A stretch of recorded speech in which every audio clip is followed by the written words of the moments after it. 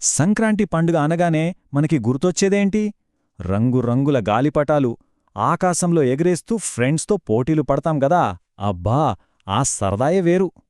అయితే ఈ మధ్య ఈ సంతోషానికి ఒక చీకటి కోణం అంటుకుంది. సరదా కోసం ఆడే ఈ ఆట ఇప్పుడు ప్రాణాలు తీస్తోంది.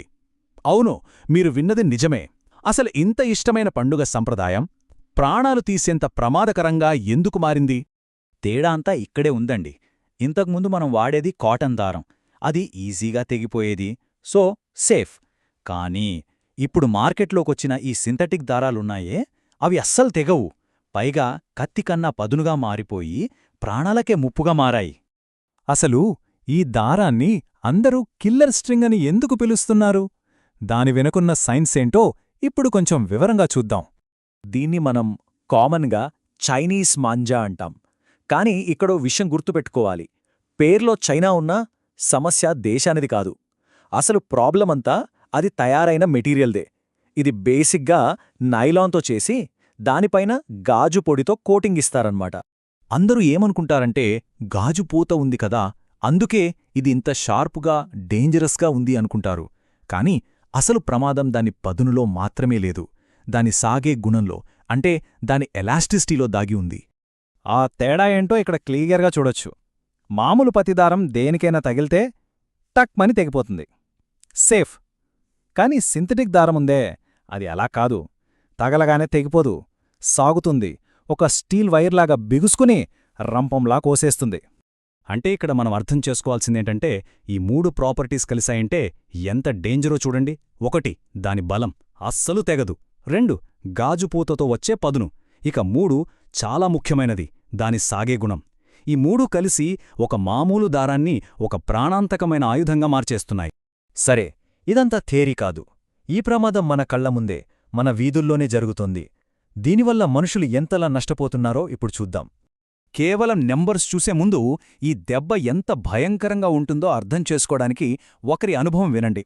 హైదరాబాదులో ఒక గిగ్ వర్కర్కి మెడకు ఈ దారం చుట్టుకుంటే ఏకంగా 18 కుట్లు పడ్డాయట. ఊహించుకోండి. ఇదేదో 1-2 ఇన్సిడెంట్లు అనుకుంటే పొరపాటే. ఇది ప్రతి ఏటా రిపీట్ అవుతున్న ఒక విషాదం.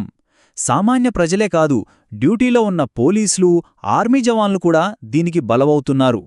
ఇక ఈ వరుస ప్రమాదాలు చూసే అధికారులు ఊరుకోలేదు, రంగంలోకి దిగారు. హైదరాబాద్ పోలీసులు ఈ కిల్లర్ స్ట్రింగ్పై ఎంత పెద్ద యాక్షన్ తీసుకున్నారో ఈ నంబర్స్ చూస్తే మీకే అర్థమవుతుంది.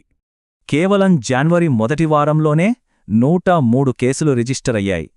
దీంతో షాపు ఓనర్ల దగ్గర్నుంచి ట్రాన్స్పోర్టర్ల దాకా ఏకంగా 143 మందిని అరెస్ట్ చేశారు. మరి ఎంత దారం పట్టుకున్నారంటారా? ఏకంగా 6226 నిషేధిత దారం రీలు. అంటే ఎంత పెద్ద మొత్తంలో ఈ ప్రమాదాన్ని రోడ్ల మీద నుంచి తీసేశారో చూడండి.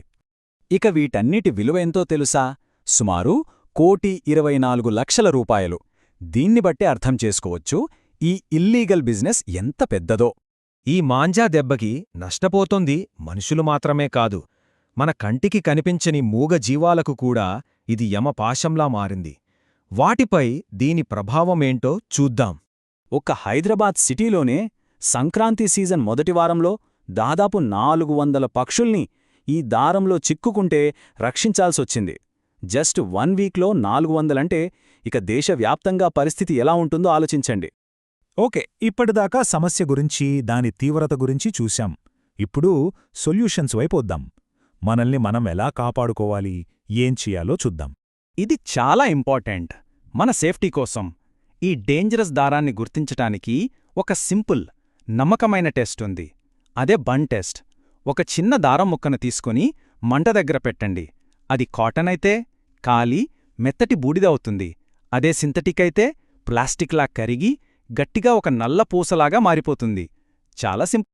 ఇక్కడ చూడండి, ఈ టేబుల్ ఒక క్విక్ రిఫరెన్స్ గైడ్లా పనిచేస్తుంది. రెండిటి మధ్య తేడా చూడ్టానికి ఎలా ఉంటుంది, టచ్ చేస్తే ఎలా ఉంటుంది, కాల్చితే ఏమవుతుంది, అన్నీ క్లియర్గా ఉన్నాయి. దీన్ని బట్టి ఈజీగా గుర్తుపట్టేయొచ్చు. ముఖ్యంగా బైకుల మీద వెళ్లేవాళ్లకి ఒక లైఫ్ సేవింగ్ సొల్యూషన్ ఉంది. అదే ఈ సేఫ్టీ రాడ్. దీన్ని బైక్కి ముందు తగిలించుకుంటే ఏదైనా దారం అడ్డంగా వచ్చినా అది మెడకు తగలకుండా పైకి నెట్టేస్తుంది. దీని ఖరీదు కూడా చాలా తక్కువే, కేవలం 300 రూపాయల నుంచి మొదలవుతుంది. ఇక ఫైనల్గా అందరూ పాటించాల్సిన కొన్ని సేఫ్టీ టిప్స్. బైక్ రైడర్స్ మెడకు స్కార్ఫ్ కట్టుకోండి లేదా హై కాలర్ జాకెట్ వేసుకోండి.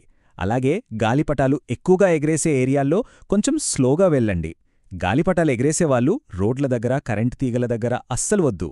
ఇక పేరెంట్స్, మీ పిల్లలు కేవలం కాటన్ దారాన్నే వాడుతున్నారో లేదో తప్పకుండా చూసుకోండి.